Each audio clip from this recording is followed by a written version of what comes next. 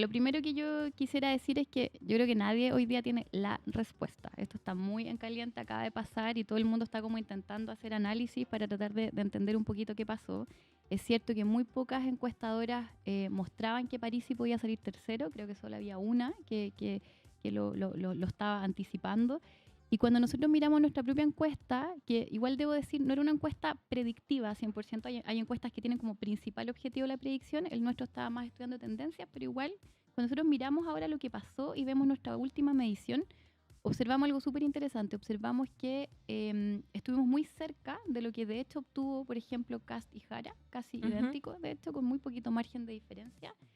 Pero la diferencia entre lo que le anticipábamos a Parisi y lo que ocurre es muy grande, ¿no? O sea, por lo menos 10 puntos de diferencia. ¿Cuánto anticipaban Que es ustedes? muchísimo.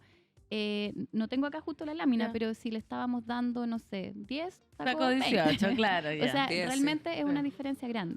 Pero lo que es súper interesante cuando miramos nuestros datos es que nos damos cuenta que nosotros teníamos precisamente un porcentaje muy grande de personas que decían, no sé por quién voy a votar. Y al menos en la lectura de nuestra encuesta, lo que está pasando es que muchas de esas personas que no sabían por quién votar, que estaban indecisas, finalmente deciden votar por Parisi. Y esa pregunta es súper interesante. Y yo debo decir que nosotros al menos no lo anticipábamos, porque tú podrías esperar que los indecisos o anularan, podríamos haber pensado eso, van a anular. Claro. O tú podrías haber esperado que se distribuyeran, ¿no? Que algunos votaran por Matei, otros por Caso, otros por Jara.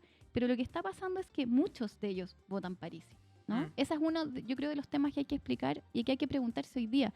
¿Por qué personas que parecían no tener decidido su voto poco antes de la elección terminan votando por él, ¿ya? Y ahí hay algunas hipótesis que podemos discutir. A ver. Una interesante es que muchas de esas personas, cuando tú les preguntas si se identifican con el eje izquierda-derecha, te dicen que no. Es decir, si tú les pides, es una pregunta muy habitual en encuestas, ¿no? Te dicen como de Claro. 1 a 10, donde 1 izquierda, 10 derecha, ¿dónde te ubicas tú? La gran mayoría dice ninguna. Entonces es claramente un votante que en su mayoría, no digo todo porque acá estamos hablando siempre de tendencia, en su mayoría no se identifica con el eje izquierda y derecha. Entonces yo creo que lo primero que hay que preguntarse es ¿por qué no se identifican con el eje izquierda y derecha? Y entonces ¿con qué se identifican? Y Claro. por qué Parisi aparece como la respuesta a el único o el mejor, digamos, candidato frente a esa indefinición. Todos Es que- sabemos que él hizo de eso un eslogan, ¿no? Claro, sí, ¿no? Y yo honestamente encontré buena su campaña. O sea, como independiente de si hubiese votado París o no, como que encontré que fue muy concreta. Como ni Facho ni como Nacho me pareció siempre un muy buen eslogan. buen eslogan. Es muy buen eslogan. Y porque también, digamos, como que fue súper bueno irse en contra de la casta política. Y yo pensaba, por ejemplo, como que abarca un sector que también es como anarquista, o no sé si decirle anarquista, pero como que es popular y que no tiene como una tendencia política y que de alguna manera dice como todos estos cuicos que han estado siempre echados como fuera y ofrece una solución, aparte que fue muy concreto, como Sí. y regiones, Sí, yo como creo que fue que el único sí. que en la franja diciendo como en Valparaíso nunca más va a pasar, como que uno no ve tanto a los otros candidatos hablando de ciudades grandes en específico, entonces creo que igual eso fue inteligente. No, yo creo que tienes toda la razón. De hecho, yo estaba mirando estudios de colegas de hace tiempo que vienen mirando, por ejemplo, cómo se relacionan con la política los sectores populares en Chile. Y en general, lo que mostraban esos estudios es que están muy lejos de esta identificación con el eje izquierda y derecha. En general son categorías que ya no le hacen sentido. Claro. De hecho, algo que me gustaría como preguntar, pensaba si nos están escuchando votantes Parisi. Si nos están escuchando votantes París. Por ejemplo, es como, ¿qué les dice a ellos el término izquierda y derecha? Quizás hoy día no les dice mucho, ¿no? Yo pensaba como en los que quizás sí nos educamos en ese clivaje, ¿cierto? Clivaje, esta palabra rimbombante que ocupamos para hablar como de este eje, ¿no? Quizás asociamos, no sé, pues izquierda con lo colectivo, con la igualdad, la derecha con la libertad. De hecho, yo pensaba, los candidatos de derecha hablaron mucho de la defensa de la libertad. Pero no sé si el concepto de libertad e igualdad son conceptos tan relevantes hoy día para muchas personas. No es ahí donde está situado el eje de sus preocupaciones. Entonces, lo que sí pasa es que muchos de esos votantes tienen otros focos, otras preocupaciones, y tú ocupaste una palabra súper buena, que es la palabra concreto, que son preocupaciones concretas, personas que quieren soluciones a problemas concretos, y yo enfatizaría también algo súper interesante, porque uno podría preguntarse, ¿por qué París y no Maine Nichols, por ejemplo? Que también quiso situarse como un poco fuera del eje izquierda-derecha. Y yo creo que lo que uno podría pensar es que en Parisi hay una apelación a problemas de corte más económico que en seguridad. Y por mucho tiempo todos pensamos, me incluyo, que decíamos como seguridad en primer lugar, economía en segundo lugar, ¿ya? Pero yo creo que hay muchas personas para las cuales, aunque la seguridad puede ser una preocupación relevante, lo más relevante en realidad es la economía. Es la sensación de que la vida se ha vuelto precaria, ¿ya? De que hay muchas personas que están teniendo realmente condiciones de vida muy difíciles, de no llegar a fin de mes, de informalidad, y personas a las cuales quizás las propuestas también de estos candidatos más mainstream no le estaban hablando mucho. Entonces yo creo que él le habla a esas personas, a las personas que quieren soluciones concretas, le habla a los emprendedores, por ejemplo, le ocupa mucho esa palabra. Él yo creo que es un reflejo del emprendimiento, o al menos así un poco quiere verse, me parece. Entonces yo creo que es una combinación de factores muy interesante y que muchos quizás no habíamos todavía visualizado. Y le añado lo regional, solo para cerrar. Entonces tienes como el elemento regional, el elemento como economía versus seguridad, poniéndolo como algo más relevante, más este eje como de rechazo izquierda-derecha. Todo eso en una juguera parece que te está llevando a París. Pienso que es como el ejemplo más real de lo que se puede decir como meritocracia, que se puso muy de moda en un momento este concepto y fue muy usado quizás por la derecha, pero la derecha igual no es creíble, porque no es creíble que sea mérito lo que los lleva ahí, porque ya está demasiado instalado que, no sé, son puros cuicos, entonces como no, alguien que lo tuvo todo fácil, es difícil que la gente crea que es meritocracia, pero en cambio París sí que es como, viene un liceo emblemático, después termina trabajando en Estados Unidos, entonces igual es como, claro, sí tiene una meritocracia. Como más credenciales, claro. más meritocracia. Claro, y ahí tú podrías decir, bueno, pero Janet también las tiene, ¿no? Como Janet Claro, Jara, porque sí. ella también ha tratado como de incentivar ese discurso que es cierto, ¿no? Como de que ella es una candidata meritócrata o meritocrática. Pero efectivamente el foco discursivo de ella igual es muy distinto al de Parisi. Parece Claro. que no le está logrando hablar a esos sujetos porque de hecho ella es una mujer con una identidad de izquierda y que sigue de hecho apelando a consignas de izquierda. Pero de hecho la discusión de meritocracia es una cuestión que, o sea, es algo que ha cuestionado la izquierda. La idea de izquierda, esto de como tú naciste en Conchalí y entre comillas progresaste o te ha ido bien en la vida, es algo que en la izquierda no se ve necesariamente como una virtud en sí misma, porque entendemos desde todas las izquierdas que todos tenemos que tener las mismas oportunidades y hacia allá avanzamos como sociedad. Que a uno le vaya bien, yo me acuerdo mucho el discurso de Goldborn, cuando intentó ser candidato presidencial, le pasaba lo mismo. Él era de Maipú y llegó a ser gerente de Cencosud, creo. Y había mucho de eso, y hay mucho de eso en los colegios bicentenarios de Piñera. Ese es el discurso de derechas, Sí. lo del mérito. Entonces también desde las izquierdas, el tema del mérito en esta vuelta es algo que viene a cuestionar la narrativa de izquierdas de los últimos años. Es que ahí tú estás tocando un tema crucial que yo también quería añadir y que tiene que ver con que hay ciertos valores o conceptos que antes decíamos esto es propio de la derecha o esto es propio de la izquierda, que hoy día ya no es así. Y yo creo que eso lo tenemos que asumir. Hay ciertos valores o principios que se han ido como transversalizando en la sociedad.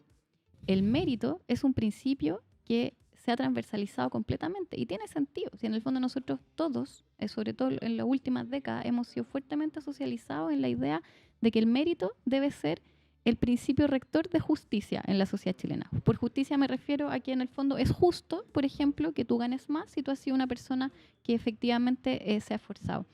En Chile hay bastante molestia con la desigualdad, pero no hay molestia particular con la desigualdad cuando ella es fruto del mérito. ¿Me explico? Es decir, cuando una persona gana mucho porque se esforzó, en general no es cuestionado. Y eso que en tiene el fondo que ver... todos quieren que, o sea, todos queremos que nuestro trabajo sea recompensado de alguna manera. Y en general todos queremos que nos vaya bien. Sí, po. Entonces yo creo que seguir pensando que el mérito o la apelación al mérito es un discurso de derecha es equívoco en el escenario actual. Quizás lo fue en algún momento, ¿ya?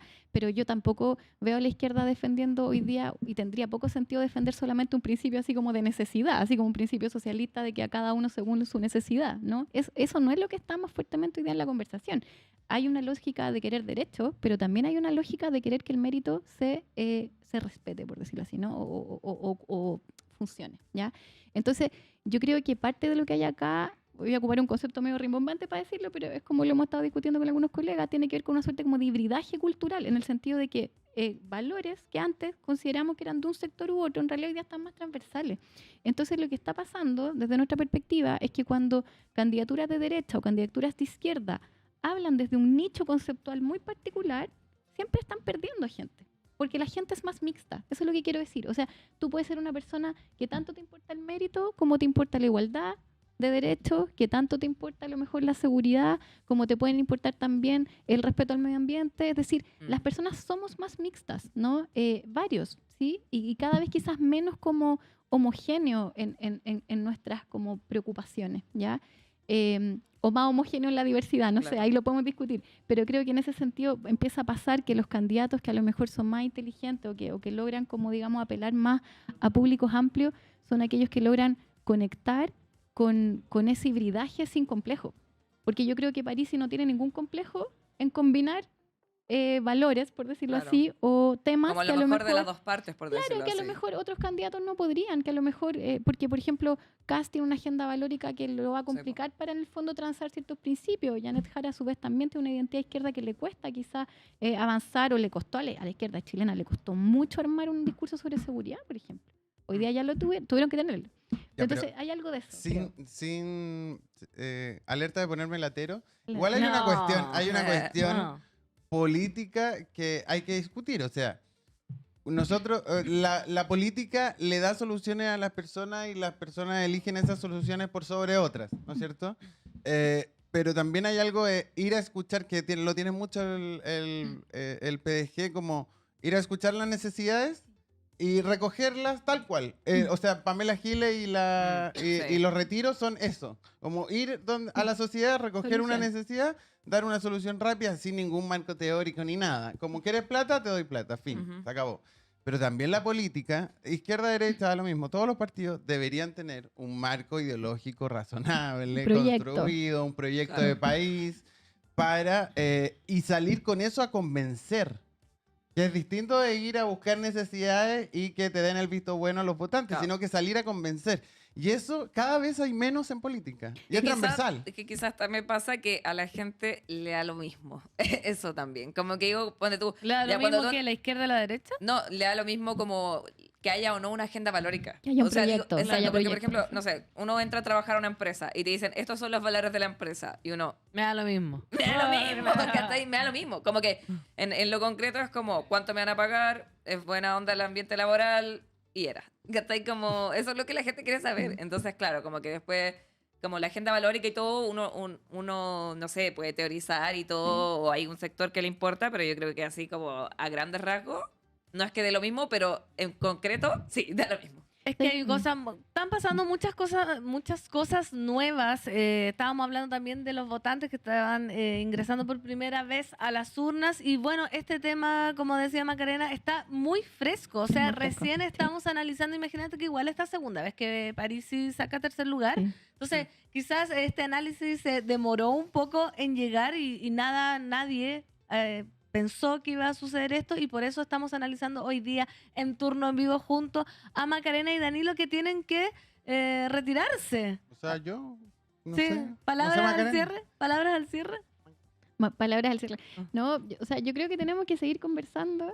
Feliz de seguir conversando, de hecho, en otras instancias, si quieren. Creo que hay mucho que analizar, y Mucho. también tendría ojo con quienes dicen como yo tengo la verdad. Yo creo que en este momento estamos todos un poco hipotetizando, viendo los datos que traíamos, y nada, hay mucho que decir, y bueno, tenemos, yo creo, Tenemos 4 tiempo. años para seguir, Sí. digamos, tratando de entender un poco